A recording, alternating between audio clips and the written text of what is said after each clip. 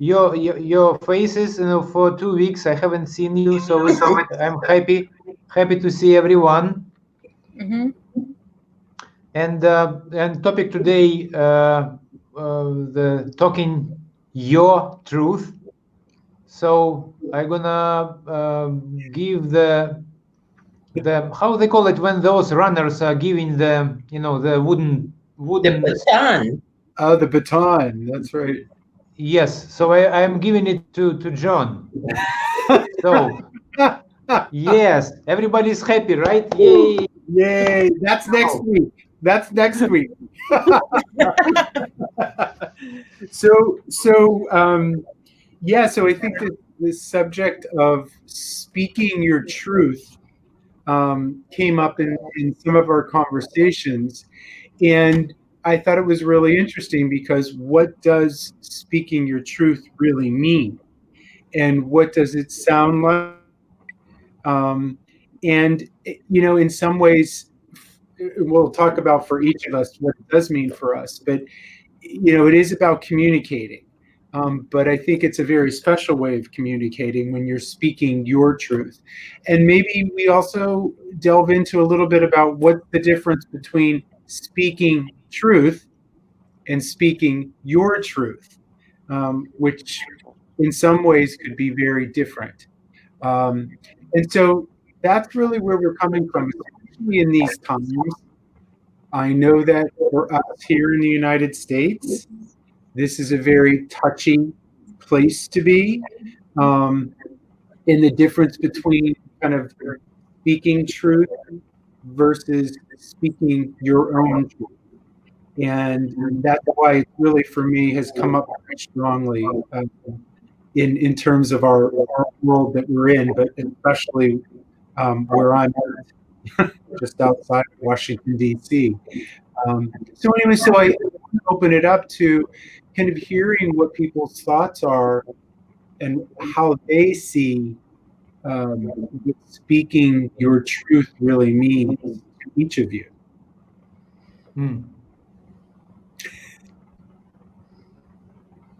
Alex.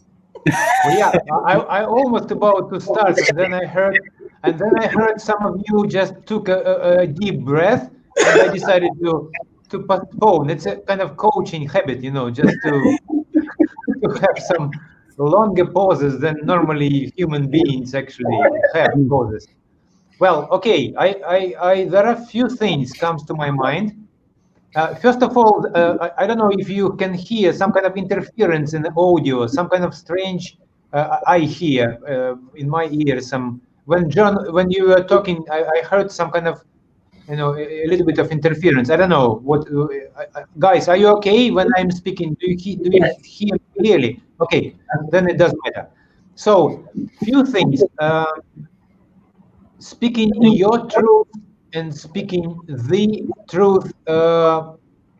Like first thing which comes to my mind immediately, and I'm not saying this is actually the truth, what I'm thinking, but I'm thinking that we actually almost do not have access to this. I mean, my so far my experience is that we are mainly kind of have access to always to some kind of angle. I mean, it's almost like as soon as you are in the body, as soon as you went through some life experiences, as soon as you use certain particular language, as soon as whatever you approach, I have has certain angle. It's like my understanding is there is no such a thing as a pure objectivity or like an ideal ultimate truth. I mean, I'm not denying it. Probably Plato would say, "No, you are wrong, Alex." Obviously there is somewhere there is an ideal, but somehow as soon as we start describing anything or having kind of any opinion about anything, it's just an angle. It's always angle. I cannot even imagine, to have no angle about anything. As soon as I open my mouth, kind of it's already angle. And so this is the first thing. I'm not saying that, but at the same time, I'm thinking that, yeah, there is a possibility to talk about facts. I mean, I believe that when we make a distinction about fact and interpretation of fact, evaluation or judgment, or yeah, probably fact is much closer to some kind of, ultimate truth. As soon as we interpreted it, that's it. We are getting further and further. And it doesn't matter what kind of interpretation. It's always an angle. I mean, this is what comes to my mind immediately after John, you kind of verbalized the topic. So now, please, who wants to continue after my remark? I guess I will. When I first saw the topic, I thought, what can I add to that? How can I see it? You know, usually, well, let me go back a little bit. We haven't been together for about 2 weeks.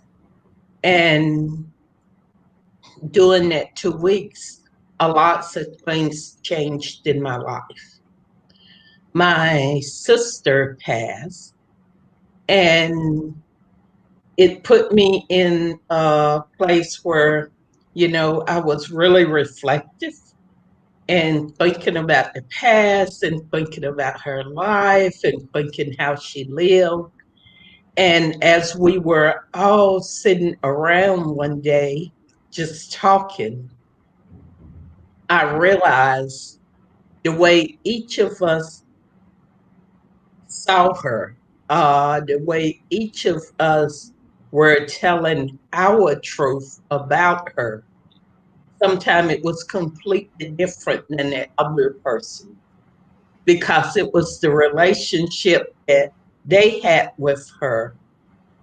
Say one of my cousins had with her that was completely different than the relationship I had with her. So my truth about her life was completely different, but it was my truth. It didn't make it any less true. It didn't make my cousin's truth any less true. It was just the perspective that we had engaged in this person's life that made it our truth. So I think, excuse me, I think sometime in life, that's what we do. John referred to all the things that are going on here in the United States. And I've talked to a lots of people concerning those things. The big thing, whether we got two big things. We got politics going on, and then we got racism going on. In a way, they're combined. In a way, they can be separate. It depends on who you talk to. And the people that I talk to, no matter how obvious some things seem to them, their truth is that that's not the way you're going, and you can say, this is the fact, this is the fact. No, their truth is what's in their mind, and they refuse to let that go. And I think that's speaking your truth, but it's not speaking the truth. We are so far away from speaking the truth because if we do that, then it's going to eliminate a lots of things that we have put in front of us to protect us. It's going to a lots of, I won't say fantasies, but a lots of the beliefs, our belief system that we have lived by. So if we speak the truth, it's just going to erase that. And then you're standing there and it's like, who am I now? Without that history that I have lived, who am I? Who is this person in the mirror?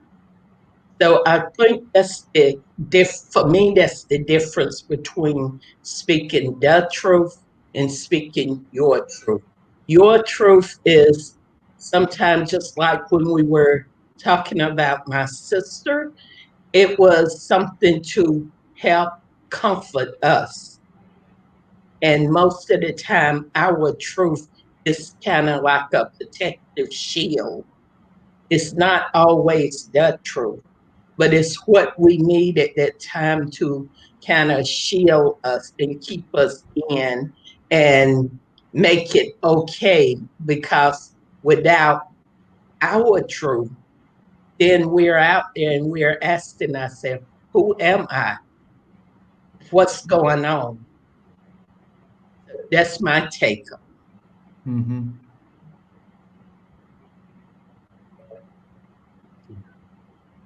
Thank you, Alice. Yeah. Irene, what are your thoughts? Well, I was speaking my truth by being silent. Wow, you are on a much higher level than No, that. no, absolutely not. Maybe I have a good training. Just this that does make me different than all of you. All of us is we are educated to have a lot of filter between us and reality. I don't want to call it the truth because the truth is so high. The only way to access to the truth is to access your true nature in this unconceivable because you don't need words. Words are limiting the truth. And and also the way to perceive in that level of awareness is nothing to do with what we experienced before. Likewise, seeing, feeling, all the senses merges, and there is this indestructible sense of calmness and peace that doesn't need to speak the truth because the truth is just another definition, another illusion. And and also I became very respectful about people that don't want to give up on their belief system because beliefs take them safe. They make them feel safe.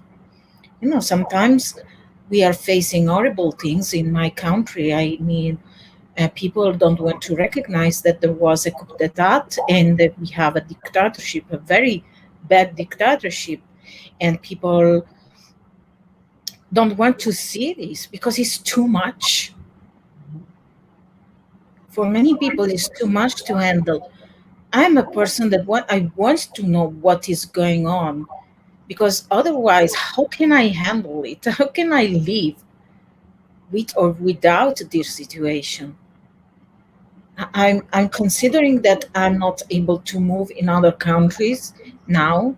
I have to take care of my mother. I have to take care of my nephews and my sister.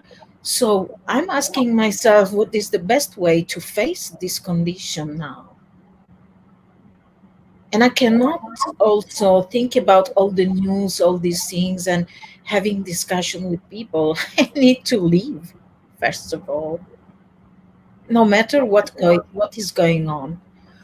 And I understand that for people, um, the long terms of thing that we all face in all over the world caused a big trauma, and a trauma is something that conceal the truth, and this should be respected. Even people become lose their defensiveness, or they don't want to see, they want to talk, they become aggressive. They are trying just to handle the situation. And I think we are very fortunate when we understand things, and despite what is going on, we are able to connect with our peaceful place, uh, or with our sense of the higher self, and we are able to understand that we perceive things in a different way of others. That's my point of view.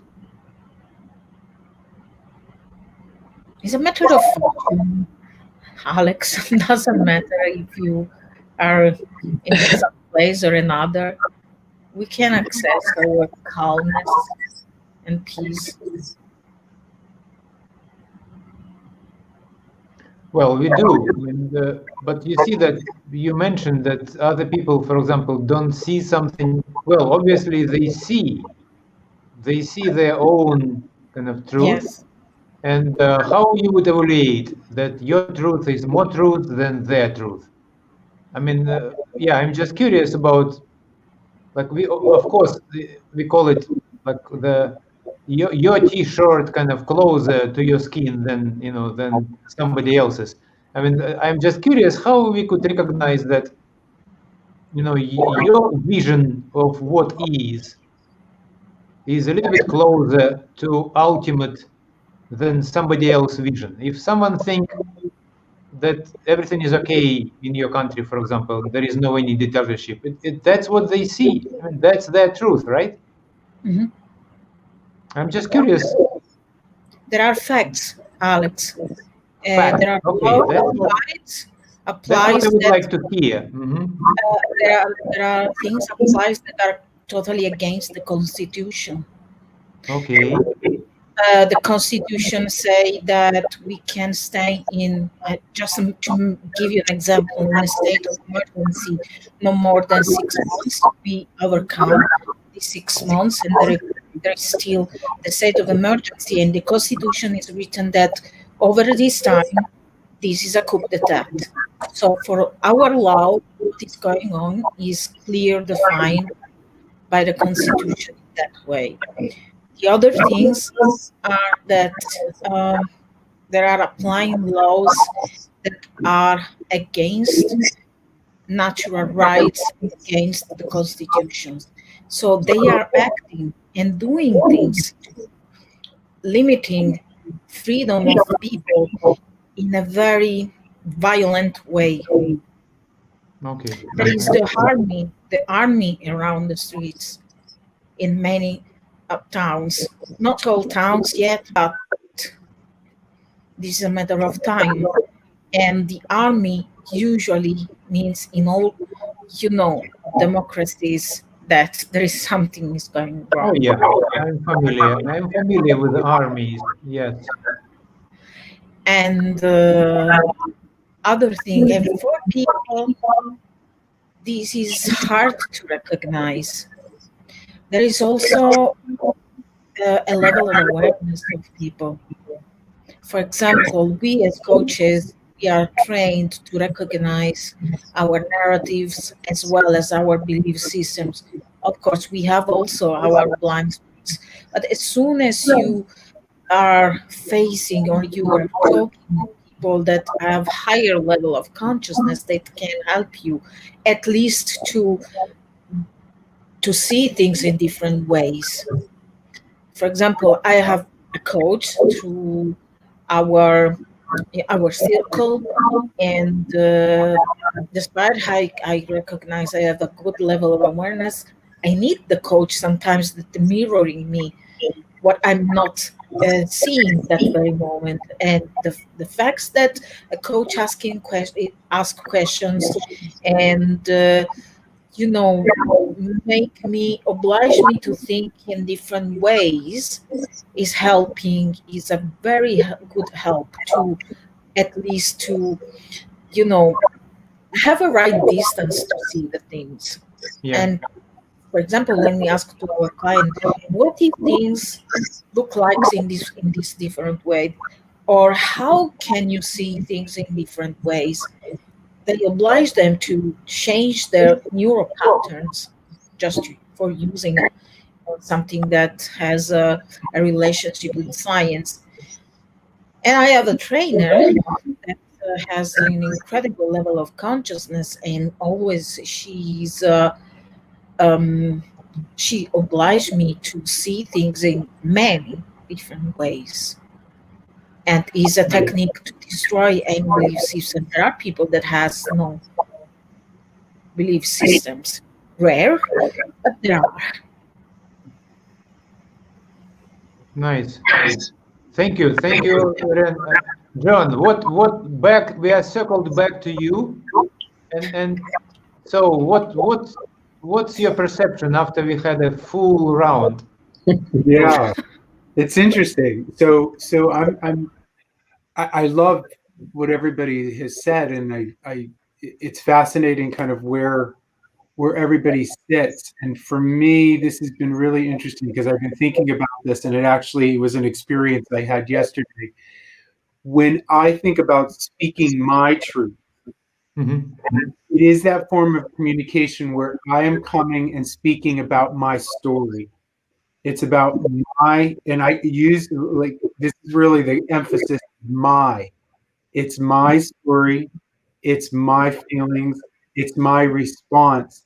It's not about the external where I'm saying you, um, but it's more about it's that whole form of communication where I am sharing how I perceive something for myself without bringing that other person or those other things in. It's how I'm. It's from the inward part and out. I'll give you an example of what happened yesterday. I'm in this group and we're talking about racial justice, and so one of the questions was, you know, what experience have you had around, kind of, it wasn't so much about the racial issue, but more about stereotypes or bullying or somewhere where somebody has come at you. And it was fascinating because I shared my story about being bullied as a teenager and how there was a young man on the bus who brought a small baseball bat to come after me because he didn't like who I was. I didn't talk about him. I talked about my feelings of confusion and not understanding how this other person was perceiving me. But the whole time I spoke from my experience and what transpired, again from my own place. But what happened was that other people who were listening to this, who originally did not connect with that question that was originally asked about what has ever happened to you, what happened was is that it did trigger other people to think in their own life and their experience. And it wasn't exactly the same as mom, but they were able to go back. And then there were other people who, that's never happened to me. And they hadn't realized that it never happened to them. They had never thought about it. And so, what my takeaway from that was when we speak our truth, when we speak our story, we have no idea how the other may respond to that. And it goes back to what I experienced was it created a different awareness in people. And like I said, some people couldn't relate to it, but on the other side, they made themselves aware that they hadn't experienced it. And there was no judgment. It was just all I did was share that story. It was my feelings about it. It was my response to it. And that's all I had to do. And it opened up a whole different energy with everybody who was there. That to me is kind of where I fall in speaking my truth. It's mine. And I'm not telling you, the other person, to change your mind. But what I'm hoping is that you will listen, and who knows what will come out of it. Maybe nothing. But that's also not my intention. My intention is not to change the way that people uh, experience what I'm telling them. But if it does, if it makes and creates awareness, that's a wonderful. So, anyways, but that really for me is speaking my truth. It's not creating conflict. It's my own story, and it's what I perceive that story. But nobody could take that away from me. But the other person can take that in and navigate through that and see how that might affect them. I don't know, but I don't know if that's clear. But that's really where I come from about speaking my truth, because it's not, in my mind, it's not an opinion necessarily. It's my experience and how I perceived it, I suppose. Yeah. And like everybody's talking about, that external, like my experience and my friend who stuck up for me, who actually kind of saved me from this situation. I never talked to him, but it'd be fascinating to find out what his take on that story was. Because it goes back to Alice's point that we all are seeing things in very different ways. So that's why I think, for me, I can only speak to but it's all coming from me, from inside of me. It's not me projecting on the external, or being in an argument where I say, you made me feel this way. This is how I felt when this happened.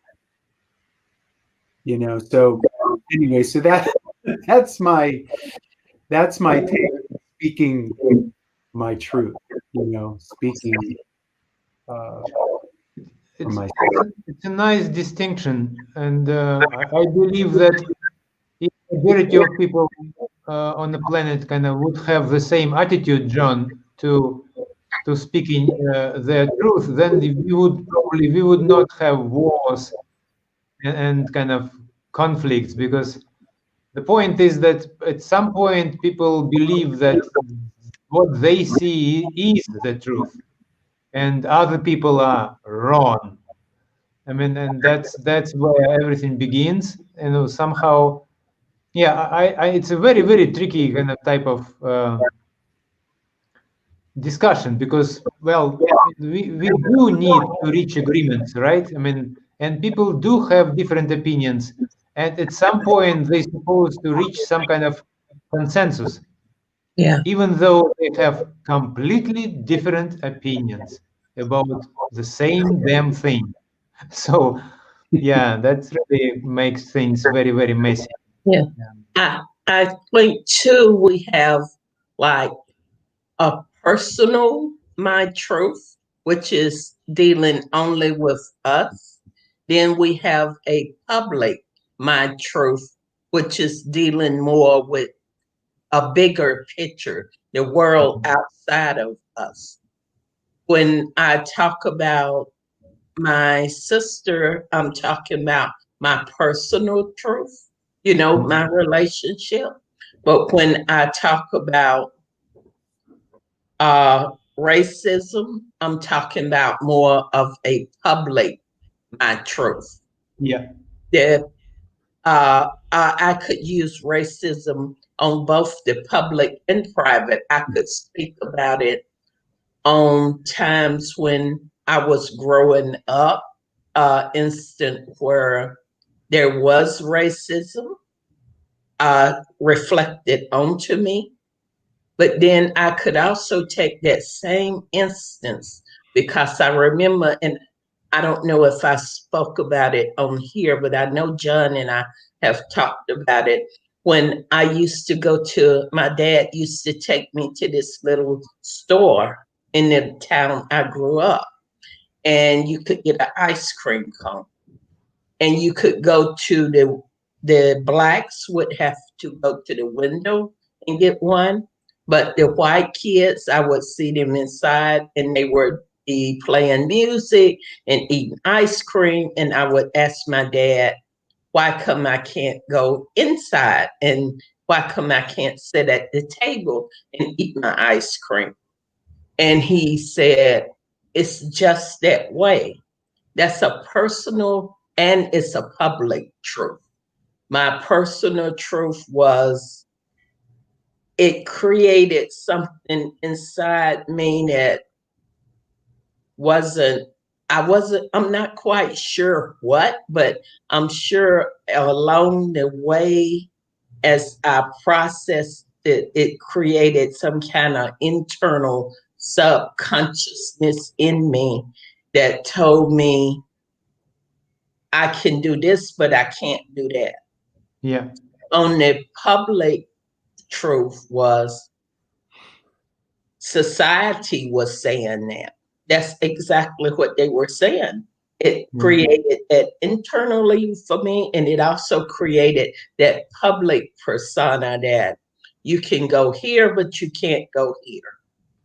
And both those, that private and public truth, struggled for a long time until I gained I guess the wisdom, the knowledge, the maturity, just growth to come to a peace with it and to understand what was going on, that the public truth that they told me wasn't the truth, because I can go anywhere I want. But until I grew and until I matured, until I went different places, until I was fed by different things in the world, that truth was the truth. Until, like I said, I grew and I matured and I got wisdom. And I guess maybe I just learned that all the time, even the truth is not the truth. That's now we are talking. I'm joking. I'm like, so what is the truth? Because that was the truth at that time. But as I grew up, I realized the truth was not the truth. So yeah, exactly. It also depend on some conditions, and move to another country, and then it's already not really. Yeah. Right. Yeah. Very interesting. Very interesting. Well, someone, I don't remember, some philosopher said that the only thing I know is that, the world is changing, and the only truth is that next second things already different. And not necessarily kind of in relation to what you are discussing, but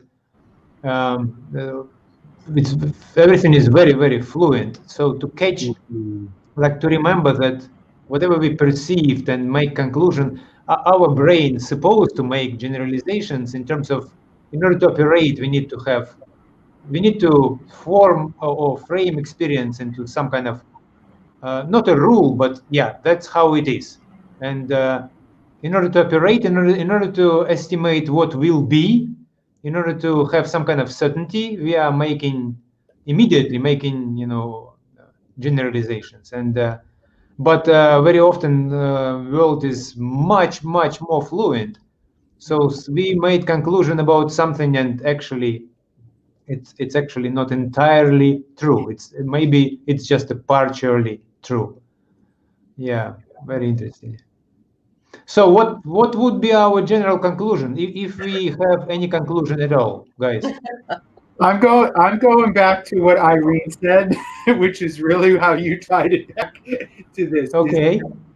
That speaking her truth is about being silent, because what you just shared with us, Alex, is so powerful. That things change, right? That truth is really not the truth, because things are constantly changing, and what was true in this moment may not be true in the next moment. Yeah. So there is no truth. There, and so Thank you, John. Now that's a statement. I would have never believed I would have said that, but I do, like, I'm embracing. I really appreciate what Irene said, because I'm like, wow, the truth is really that silence, right? That you're in that space.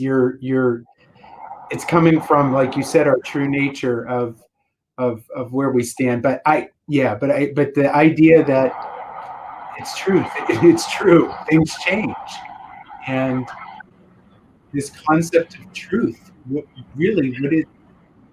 does it mean? Irene, I feel like you're going to say I something. need to go immediately because I have a problem.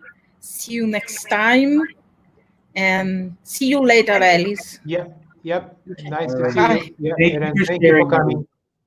Yeah. Well, John, that's a nice point, because in the beginning, I do remember in the beginning I tried to kind of to express some doubt if we can ever have objective, like a ultimate truth, because why I said that, because my belief system probably very close to that kind of agnostic kind of type of philosophy, which I believe we are approximating, we are trying to describe it, we are digging, and sometimes we are getting closer and closer, but eventually we could never really express ultimate one. And fortunately, by the way, I believe it would be a very boring world, if you would just fix things and make them, describe them, and that's how they are. I mean, like, yeah, that's it. So, fortunately, I believe our world a little bit more complicated than we can, catch in our words.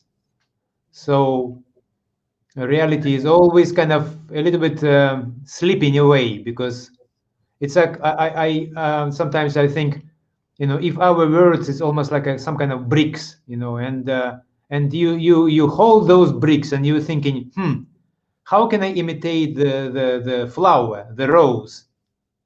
And you put your bricks this way, that way, you color them in red and a little bit like and like you are trying to do your best, to imitate with your bricks, the rose, and oops, it never really is the rose, ever.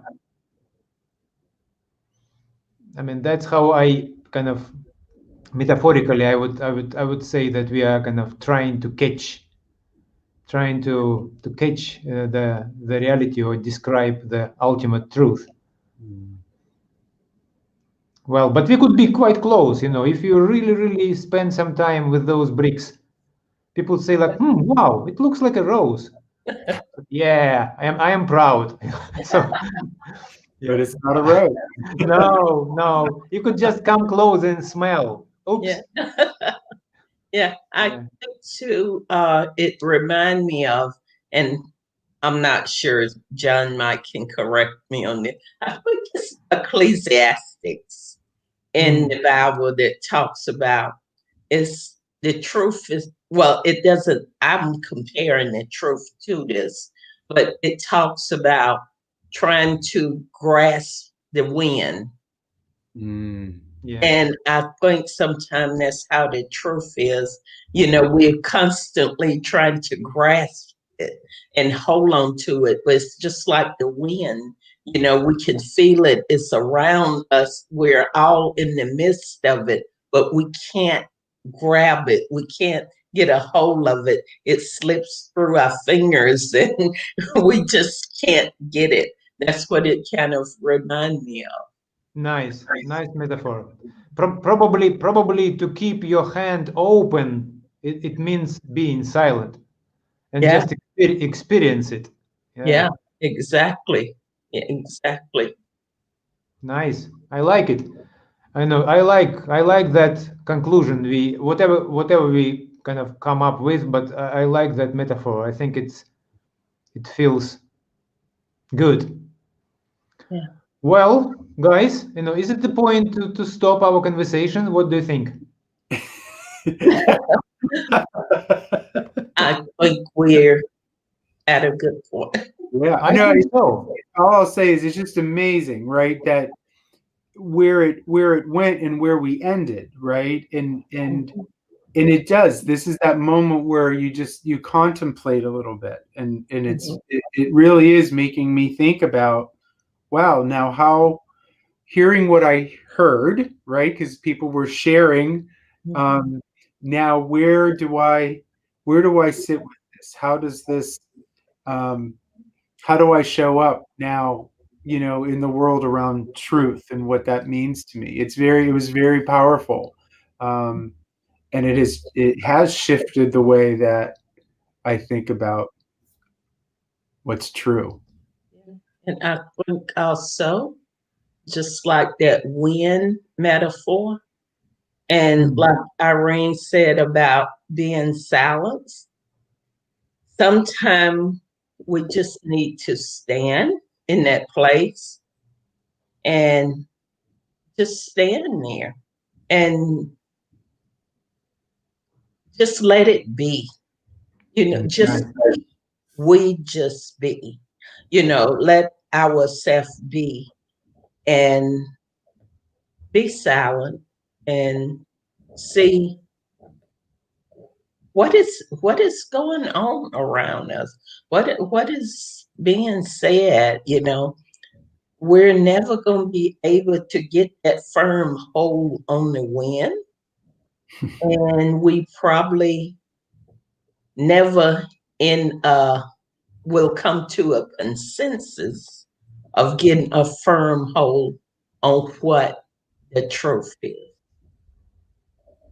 I like it, and I just wish I would have a awareness kind of enough every time when I have any kind of strong opinion about anything.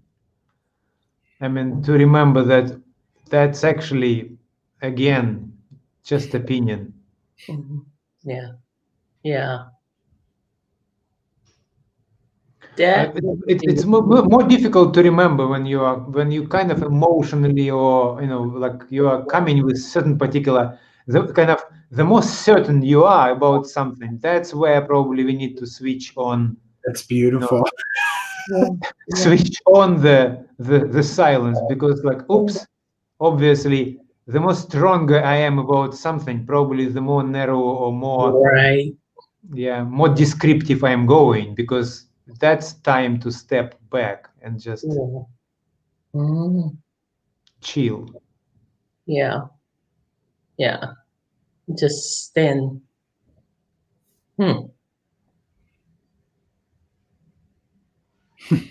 Nice. Awesome, guys. I think it's the perfect point. Pleasure talking with you, and see you next week. Okay. Bye, guys.